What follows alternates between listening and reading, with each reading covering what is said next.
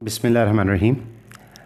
First year science chapter number 9 का third lecture है हमारे पास, नेचर ऑफ लाइट का, जहाँ पे सेकंड लेक्चर में हमने बात ख़त्म करी थी। वो हमने बात ख़त्म की थी कोहेरेंट सोर्सेस पे। कोहेरेंट सोर्सेस से ही बात को स्टार्ट करेंगे। कोहेरेंट सोर्सेस के मुतालिक हमने ये पढ़ा था कि कोहेरेंट सोर्सेस ऐसी सोर्सेस होती हैं जो ऐसी लाइट सोर्स पैदा करें जिनका एम्पलीट्यूड, जिनकी शेप, फ्रीक्वेंसी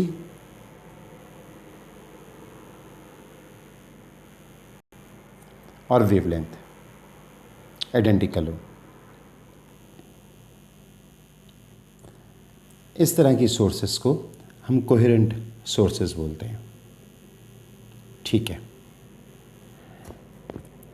अब हमारे पास एक नई टर्म आएगी जिसको हम बोलेंगे कोहेरेंट वेव्स।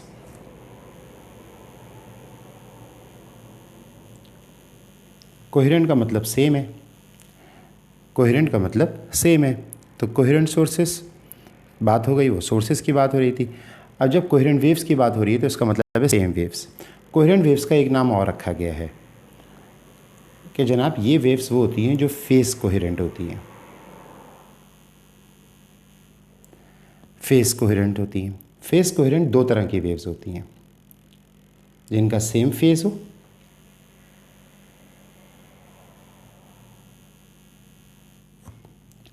या फिर उनके दरमियान जो फेस डिफरेंस हो वो कांस्टेंट हो।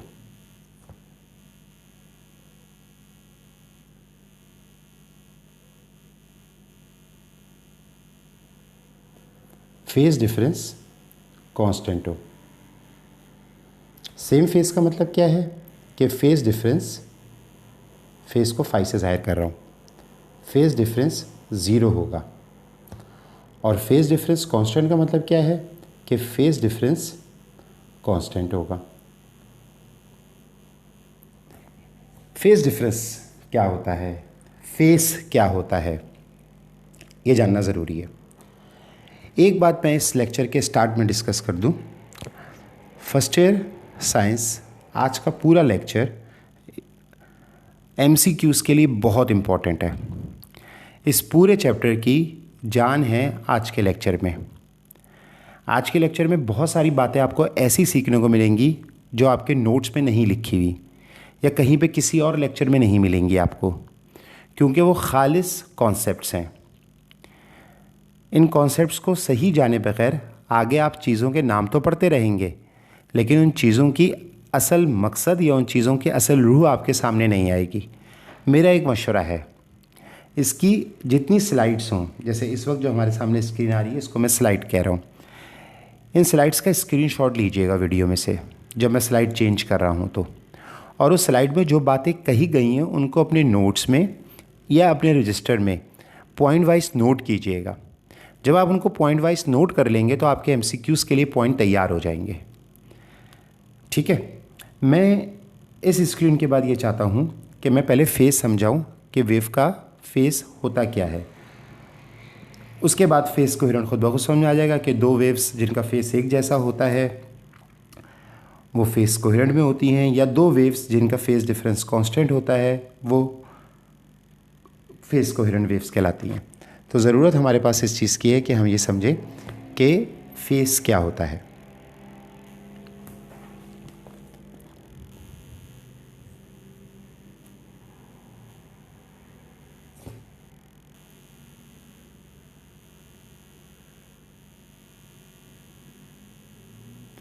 ये वेव मैंने आपके सामने बनाई, इसकी वेवलेंथ आपको नज़र आ रही है।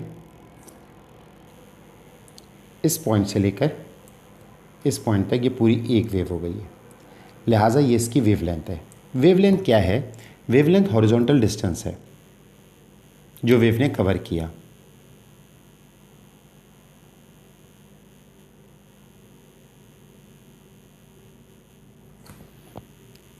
इस पॉइंट से इस पॉइंट तक क्वार्टर वेवलेंथ है।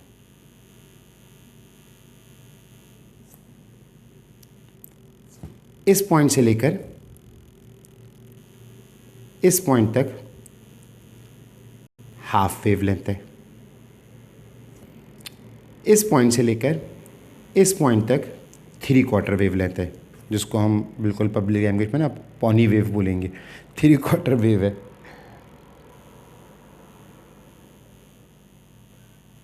और फिर अल्टीमेटली इस पॉइंट पे पहुंच के वेव पूरी हो गई। ये तमाम हॉरिजॉन्टल डिस्टेंस थे। अगर मैं वेव का वर्टिकल डिस्टेंस निकालूं स्टार्टिंग पॉइंट से और इन टर्म्स ऑफ एंगल निकालूं, इसको फेस बोलेंगे। बहुत सिंपल सी बात है। इसको रिप्रेजेंट करेंगे एंगल से, आमतौर के ऊपर फाई से रिप्रेजेंट करते हैं। तो जो बात मैंने भी आपके सामने लिखी है वो मैंने ये लिखी है कि movement from selected origin in terms of angle, movement from selected origin in terms of angle. Origin मैंने इसका ये पॉइंट कंसिडर किया था, यहाँ से नापूंगा कि एंगल में कितना फ़र्क पड़ा, लेकिन नापूंगा कैसे? Vertical distance. इस वक्त वेव यहाँ पर है, इसका फेस क्या होगा? 0। इस पॉइंट के ऊपर, ये पॉइंट के ऊपर अब वेव का एंगल मालूम कीजिए उसके स्टार्टिंग पॉइंट के लिहाज से। सबको मालूम है कि सर वर्टिकल के ऊपर 90 डिग्री का फ़र्क पड़ गया। इस पॉइंट के ऊपर वेव का एंगल मालूम कीजिए। सब बता देंगे कि इस वक्त जो पार्टिकल्स हैं वो अपने ओरिजिन के लिहाज से 180 डिग्री पे हैं। इस पॉइंट पे मालूम कीजिए, यहाँ पे वेव का फेस 270 डिग्री है। इस पॉइंट पे मालूम कीजिए, यहाँ पे वेव का फेस 360 डिग्री है। क्लियर? इसका मतलब ये हुआ कि जब λ/4 वेव पूरी हुई है हॉरिजॉन्टल डिस्टेंस में, तो मेरे पास फेस में कितना फ़र्क पड़ गया? 90 डिग्री का। आमतौर पे चूँकि हमको मालूम है ऐसा यूनिट एंगल की रेडियन है, इसको रेडियन में कैलकुलेट किया जाएगा। एंगल में कितना फ़र्क पड़ गया? π/2 का फ़र्क पड़ गया। ये जो फ़र्क पड़ा है फेस के अंदर, इसको बोलते हैं फेस शिफ्ट। फेस किसको बोलते हैं? एंगल को। और जो स्टार्टिंग के लिहाज से फ़र्क पड़ गया उसको क्या बोलेंगे? फेस शिफ्ट बोलेंगे। इस पॉइंट पे जहाँ पे 180 डिग्री एंगल नज़र आ रहा है, अगर मैं हॉरिजॉन्टल में देखूँ तो डिस्टेंस कितना हो गया? λ/2। और जहाँ पे हाफ वेव पूरी हो गई है वहाँ पे एंगल में फेस शिफ्ट कितना आ गया? 180 डिग्री वर्टिकल डिस्टेंस। और अगर मैं इसको मेंशन करूं in the form of radian तो एंगल कितना है? पाई। जगह ख़त्म हो गई है। कंप्लीट वेव की बात करता हूं। इस पॉइंट पे जहाँ पे वेव पूरी हो गई है, वेव ने डिस्टेंस कितना कवर किया? λ। फेस शिफ्ट कितना है? 360 डिग्री। पाई में अगर लिखूं तो कितना फ़र्क पड़ गया? 2 पाई। इस स्क्रीन का स्क्रीनशॉट लेना चाहिए, ठीक है? बात क्या क्लियर हुई? बात ये क्लियर हुई कि जब हॉरिजॉन्टल डिस्टेंस λ होगा या λ/4 होगा, पहले यहाँ से स्टार्ट करते हैं फिर ग्रेजुअली बड़े की तरफ जाएंगे, तो जो फेस शिफ्ट होगा, पूरा लिख रहा हूँ, एंगल का फ़र्क पड़ेगा, वो 90 डिग्री होगा। जब λ/2 हाफ वेवलेंथ कवर हो जाएगी तो फेस शिफ्ट 180 डिग्री होगा। जब 3/4 वेवलेंथ पूरी हो जाएगी तो फेस शिफ्ट 270 डिग्री होगा। और जब एक वेव पूरी हो जाएगी तो फेस शिफ्ट 360 डिग्री होगा।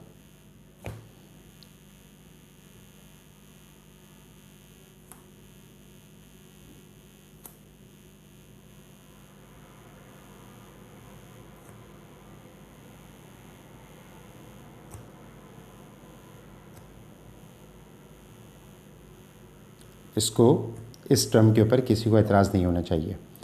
ये आधा पाई है, ये 1 पाई हो गया, ये 1.5 पाई हो गया, 1.5 पाई, और ये 2 पाई हो गया। Horizontal distance in terms of wavelength नापे ठीक है। और vertical distance in terms of angle नापें। एंगल को फेस कहते हैं, जो वेव की मूवमेंट होती है एंगल की फॉर्म के अंदर वर्टिकली, वो फेस कहलाती है। असल वैल्यू से जो फ़र्क पड़ता है उसको फेस शिफ्ट कहते हैं। अगर हॉरिजॉन्टल डिस्टेंस इतने हों तो वर्टिकल डिस्टेंस ये होते हैं, ये आपके सामने लिखे हुए हैं। अगर आपने इसका इस स्लाइड का स्क्रीनशॉट ले लिया है तो हम दोबारा अपनी पुरानी बात की तरफ वापस आते हैं। कोहेरेंट वेव्स किन को बोलते हैं? जो फेस में कोहेरेंट हो। फेस में कोहेरेंट कौन सी वेव होती हैं? दो तरह की वेव्स होती हैं, जिनके दरमियान में कोई फेस डिफरेंस नहीं हो। जब दो वेव्स की बात हो रही है तो अब दो वेव्स का कंपैरिजन होगा, या फिर उनके दरमियान में फेस डिफरेंस हो लेकिन वो फेस डिफरेंस कांस्टेंट हो।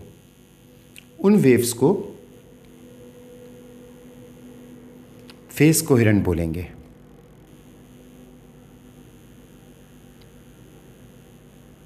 फेस डिफरेंस कांस्टेंट है, उन वेव्स को फेस कोहेरेंट या कोहेरेंट वेव्स बोलेंगे। अब मैं दो वेव्स कंपेयर करके दिखाता हूँ, ठीक है। ऊपर वाले डायग्राम में मैं कह रहा हूँ कि ये वेव सेम फेस के अंदर है। ये वेव सेम फेस में क्यों है? दो वेव्स दिखाई गई हैं, एक रेड कलर से और एक ब्लैक कलर से। आप देख रहे हैं कि एट सेम टाइम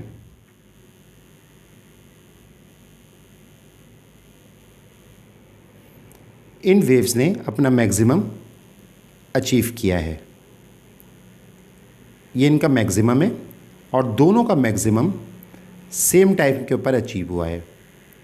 चूंकि दोनों का मैक्सिमम सेम टाइम पे अचीव हुआ तो दोनों का फेज शिफ्ट बराबर हुआ कि दोनों ने सेम टाइम में 90 डिग्री का फेज शिफ्ट किया है।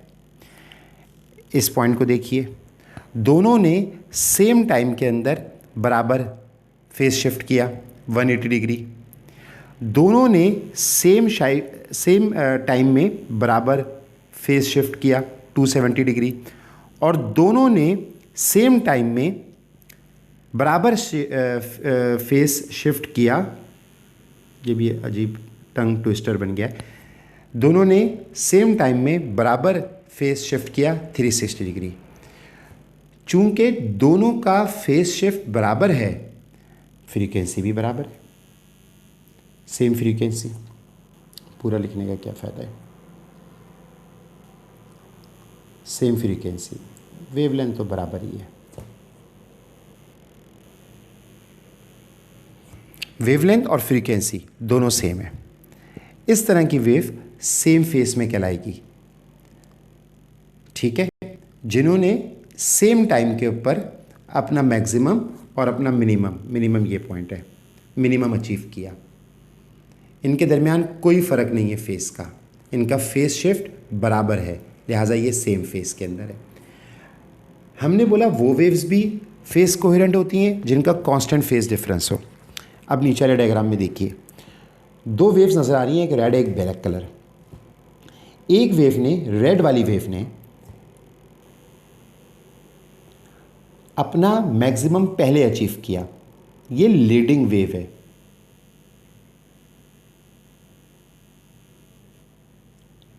और ब्लैक वाली वेव ने अपना मैक्सिमम बाद में अचीव किया, ये लैगिंग वेव है, पीछे रह जाने वाली, ठीक है। इसी तरीके से 180 डिग्री पे इस पॉइंट पे रेड वेव पहले पहुंच गई होगी, लीडिंग वेव है, ब्लैक वाली बाद में पहुंची। मिनिमम में इस पॉइंट पे रेड वेव पहले पहुंच गई, ब्लैक वेव बाद में पहुंची। और यहाँ पे भी रेड वेव पहले कंप्लीट हो गई, ब्लैक वेव बाद में कंप्लीट हुई। दोनों की वेवलेंथ और फ्रीक्वेंसी सेम है। जितनी देर के अंदर एक वेव रेड वाली मुकम्मल हुई है, उतनी देर के अंदर एक वेव ब्लैक वाली मुकम्मल हुई है। दोनों की फ्रीक्वेंसी और वेवलेंथ सेम है। फेस का डिफरेंस निकालें। ये जो मैंने येलो लाइंस बनाई हुई हैं, ये फेस के डिफरेंस को ज़ाहिर करेंगी। एंगल की फॉर्म में नापेंगे फेस का डिफरेंस। इन दोनों के बीच में फेस का डिफरेंस दिखाऊं, डेल्टा फाई है।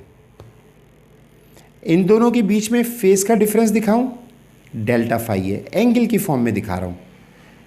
इधर इसका 90 डिग्री एंगल है, इधर इसका 90 डिग्री एंगल है। इस येलो लाइन और इस येलो लाइन के बीच में दिखाऊं, ये इनके फेस का डिफरेंस है, इनके फेस का डिफरेंस है। डायग्राम से नज़र आ रहा है कि सारे फेस के डिफरेंस जो हैं वो सेम है। चूंकि फेस के डिफरेंस सेम हैं, लिहाजा कांस्टेंट फेस डिफरेंस। इस तरह की वेव जिनके दरमियान में कांस्टेंट फेस डिफरेंस हो, या इस तरह की वेव जो सेम फेस के अंदर हो जिनका कोई फेस डिफरेंस है ही नहीं, ये दोनों किस्म की वेव फेस कोहेरेंट कहलाती हैं। तो हमारे पास यहाँ पे जो दो वेव्स बनी हुई हैं, वो दोनों वेव्स फेस कोहेरेंट वेव्स हैं। एक में फेस का कोई फ़र्क नहीं है और दूसरी में फेस का फ़र्क है लेकिन कांस्टेंट फ़र्क है। ये दोनों waves face coherent waves कहलाएंगी।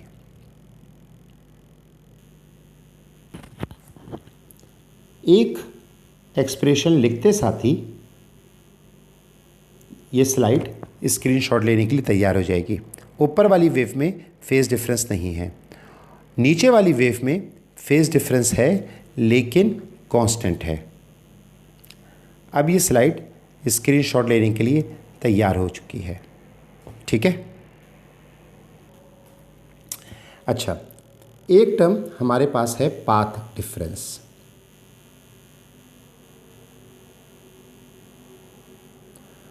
Path difference in terms of wavelength मालूम किया जाता है।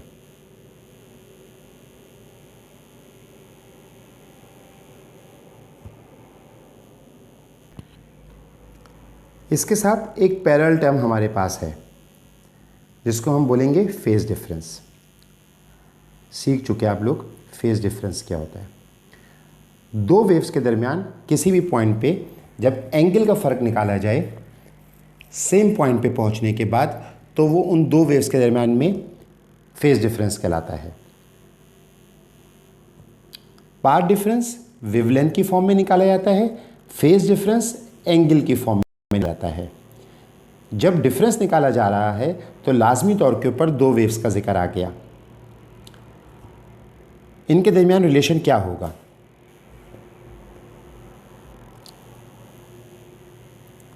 Delta x lambda delta phi upon 2 pi. ये रिलेशन है बिटवीन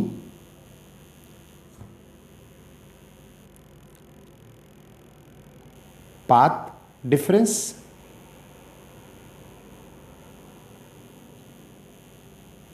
एंड फेज डिफरेंस। जब भी दो वेव का जिक्र आपके सामने आए और उन दो वेव्स के जिक्र में पाथ डिफरेंस आपको पता हो तो आप फेज डिफरेंस निकाल सकते हैं। अगर मैं इनके लिए शॉर्ट टर्म लिखूं तो दोनों का शॉर्ट टर्म भी जो है वो PH बन जाएगा या PD बन जाएगा, तो अलग अलग बताना ज़रूरी है। डेल्टा एक्स पाथ डिफरेंस है जो कि वेवलेंथ की टर्म में निकाला जाएगा, और डेल्टा फाई फेज डिफरेंस है जो कि डेल्टा फाई फेज डिफरेंस है जो कि इन टर्म्स ऑफ एंगल निकाला जाएगा। अगर दो वेव्स आपको मिलें और उन दो वेव्स में कहा जाए कि जो पाथ डिफरेंस है वो लैम्डा अपॉन 2 है दो वेव्स के अंदर, उनमें फेज डिफरेंस कितना होगा?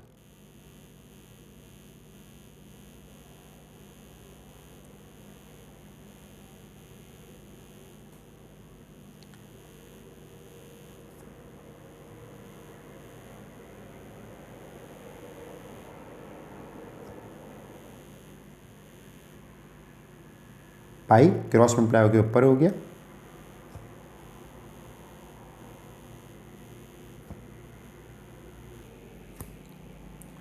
अगर दो वेव्स के अंदर पाथ डिफरेंस लैम्डा अपॉन 2 है तो उनका फेज डिफरेंस आपस में पाई के बराबर होगा। अगर दो वेव्स में पाथ डिफरेंस लैम्डा है तो उनका फेज डिफरेंस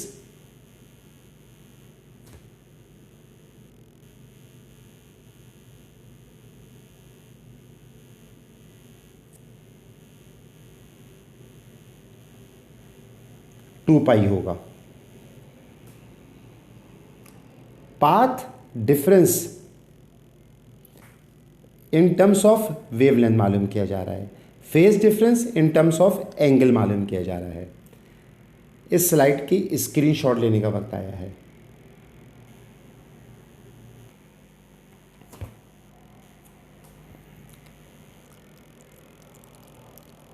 ये सोर्स है जहां से वेव इमिट हुई, ये स्क्रीन है जहां पे वेव पहुंची और आपस में मिलती है।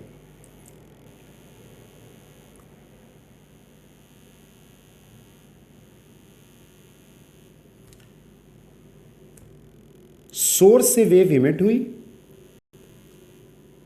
दोनों सोर्सेस साथ रखी हुई हैं, एक ही अलाइन हुई हुई हैं और ये स्क्रीन पे पहुंची। आप सबको नज़र आ रहा है रे 1 ने कम डिस्टेंस कवर किया, रे 2 ने ज़्यादा डिस्टेंस कवर किया।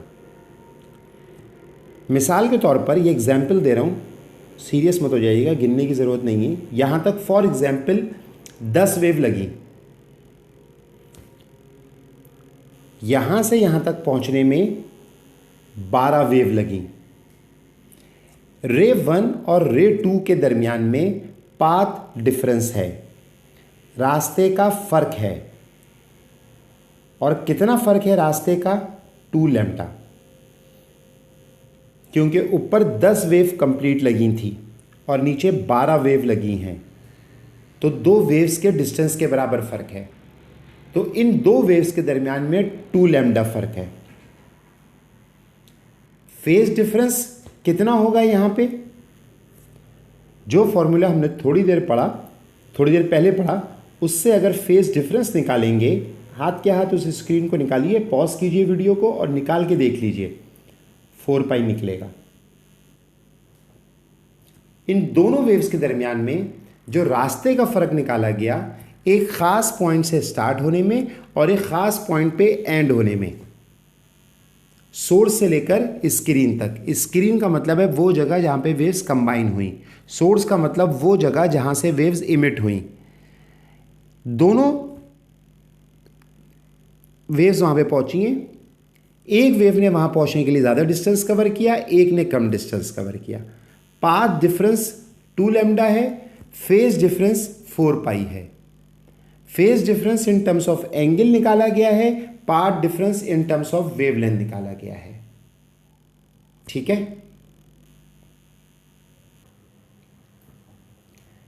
अच्छा जी, जो नई बात इस चैप्टर में स्टार्ट होगी वो होगी इंटरफेरेंस। पहला फिनोमिना लाइट का हम यहाँ पे पढ़ना शुरू करेंगे और वो है इंटरफेरेंस।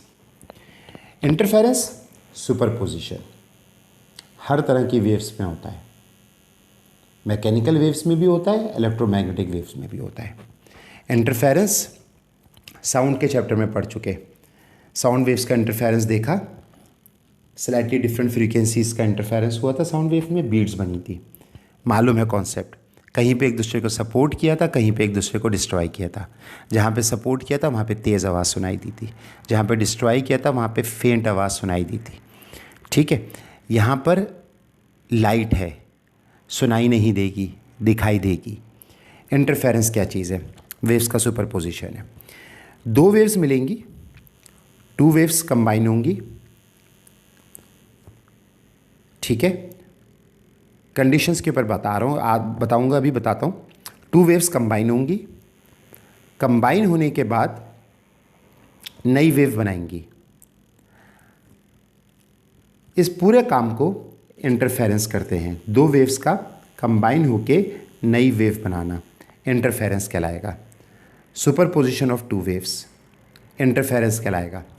अच्छा, सम पॉइंट्स के ऊपर वो वेव्स एक दूसरे को सपोर्ट करेंगी, जब कंबाइन होंगी तो एक दूसरे को सपोर्ट करेंगी। और जब वो वेव्स किसी पॉइंट पे ऐसा होगा कि एक दूसरे को सपोर्ट नहीं करेंगी बल्कि एक दूसरे के इफेक्ट को कैंसिल करेंगी या डिस्ट्रॉय करेंगी, ये कौन से पॉइंट्स होंगे इसकी तरफ भी आ जाते हैं। फॉर एग्जाम्पल, ये एक वेव है और ये इसके साथ दूसरी वेव है।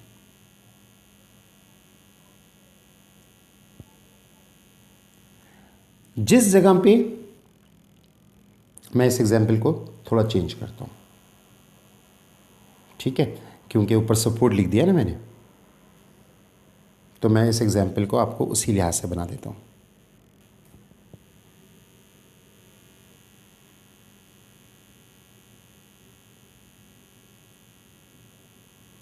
जिस जगह पे इसका क्रेस्ट है उस जगह पे इस वाली वेव का क्रेस्ट है, जिस जगह पे इसका ट्रफ है उस जगह पे इसका ट्रफ है। इसके क्रेस्ट इसके क्रेस्ट के साथ मिला, इसका ट्रफ इसके ट्रफ के साथ मिला, इसी तरीके से ये क्रेस्ट इस क्रेस्ट के साथ मिला, ये ट्रफ इस ट्रफ के साथ मिला। चूंकि क्रेस्ट पे क्रेस्ट आया है और ट्रफ पे ट्रफ आया है, इसका मतलब है कि वेव ने एक दूसरे को सपोर्ट किया। नतीजे में जो रिजल्टिंग वेव होगी उसकी इंटेंसिटी ज़्यादा होगी। अच्छा जी, अगर ऐसा होता कि एक वेव बनी हुई है, उसके साथ जो है वो दूसरी वेव बनी हुई है,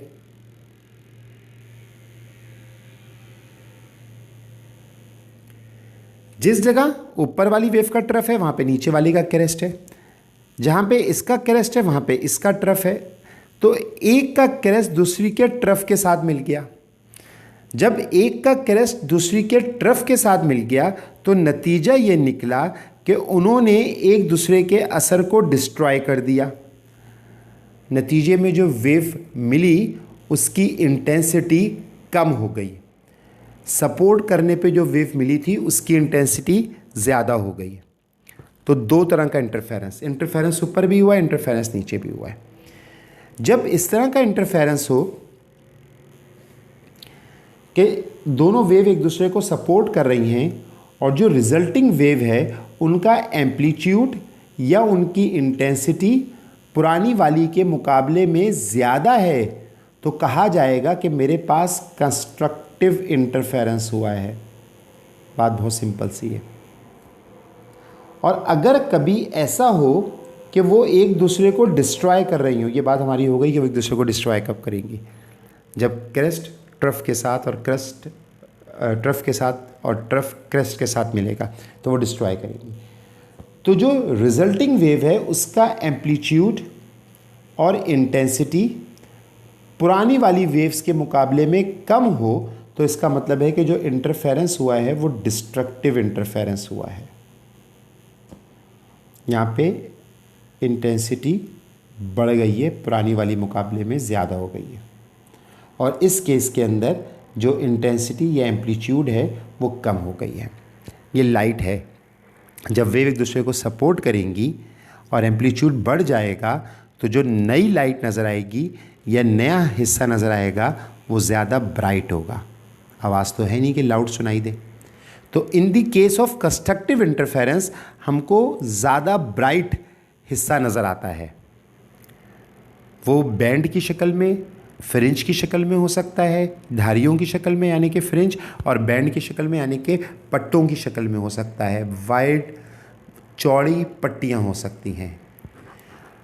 अगर वो डिस्ट्रॉय कर रही हैं एक दूसरे को तो इसका मतलब है कि रिजल्टिंग इंटेंसिटी कम हो गई। हमको पर्दे पे, स्क्रीन पे जहाँ पे वो मिली हैं वहाँ पे डार्क नज़र आएगा। डार्क का मतलब है कि लाइट नज़र नहीं आएगी, यानी वहाँ पे अंधेरा नज़र आएगा, क्योंकि लाइट की दो वेव्स ने उस हिस्से में एक दूसरे को डिस्ट्रॉय कर दिया। सुपरपोजिशन, जब लाइट की वेव्स कंस्ट्रक्टिव इंटरफेरेंस करती हैं तो ब्राइट हिस्सा नज़र आता है और जब लाइट की वेव्स डिस्ट्रक्टिव इंटरफेरेंस करती हैं तो डार्क हिस्सा नज़र आता है। कब ऐसा होता है कि कंस्ट्रक्टिव इंटरफेरेंस हो?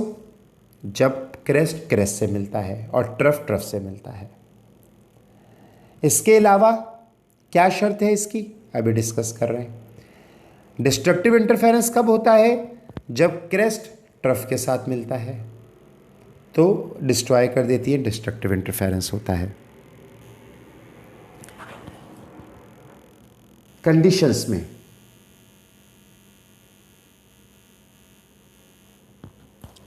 पाथ डिफरेंस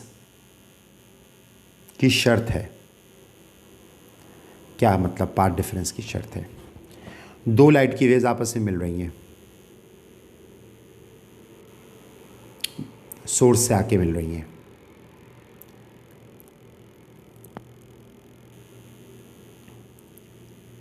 अगर पाथ डिफरेंस इस इक्वेशन पे पूरा उतरेगा, एस पाथ डिफरेंस है, एम जस्ट नंबर है, लैम्डा वेवलेंथ है। अगर पाथ डिफरेंस इस इक्वेशन के मुताबिक हुआ तो कंस्ट्रक्टिव इंटरफेरेंस होगा। अच्छा जी,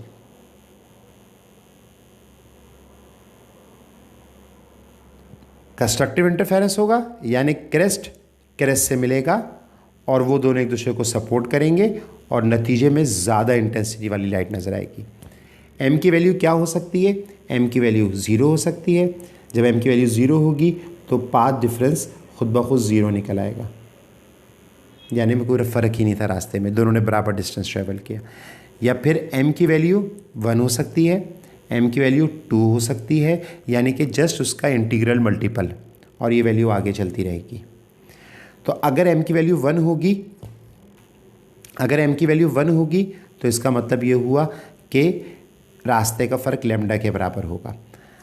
अगर एम की वैल्यू 2 होगी तो रास्ते का फ़र्क 2 लैम्डा के बराबर होगा। ये सारे रास्ते के फ़र्क आप इन टर्म्स ऑफ वेवलेंथ निकाल रहे हैं।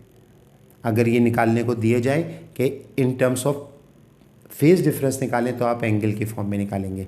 ये वेवलेंथ पुट करेंगे, पाथ डिफरेंस खुद ब खुद निकल आएगा, रिलेशन आपके पास है। कंस्ट्रक्टिव इंटरफेरेंस जब होता है जब रास्ते का फ़र्क पाथ डिफरेंस इस इक्वेशन के मुताबिक होता है, S is equal to M lambda. ठीक है, अब हमने अगर पाथ डिफरेंस ऐसा हो कि वो हाफ ऑफ वेवलेंथ हो, एस रास्ते का फर्क है, हाफ ऑफ वेवलेंथ हो तो डिस्ट्रक्टिव इंटरफेरेंस होगा, यानी कि दोनों वेव एक दूसरे को डिस्ट्रॉय करेंगी जो आपस में मिलेंगी।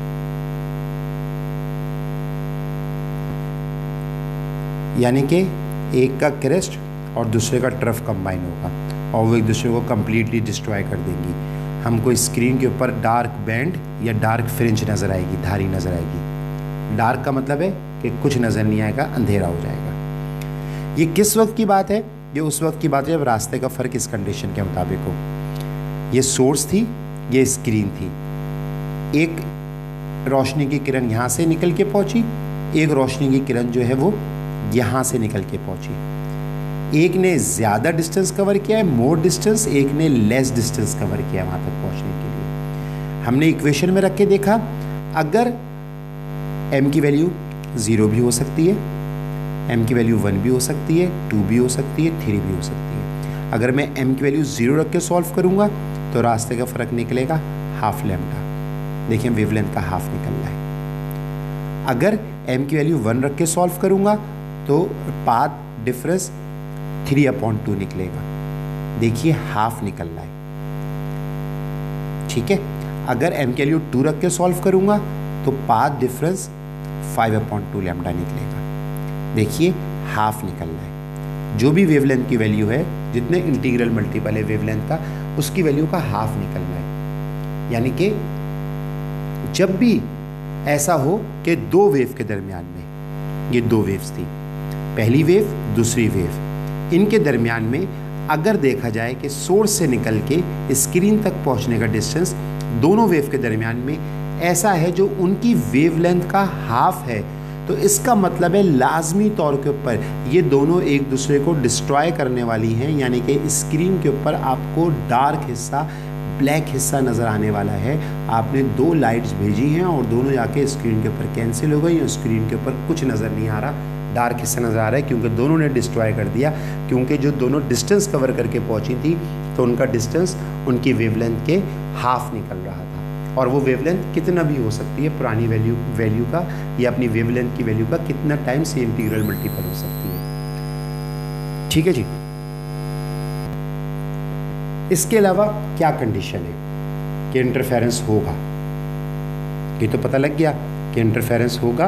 कंस्ट्रक्टिव कब होगा, डिस्ट्रक्टिव कब होगा, वेव के दरमियान में कितना डिफरेंस होगा, तो वो कंडीशंस के मुताबिक कंस्ट्रक्टिव करेंगी, सपोर्ट करेंगी, और कितना पार्ट डिफरेंस होगा तो वो डिस्ट्रक्टिव करेंगी। ठीक है।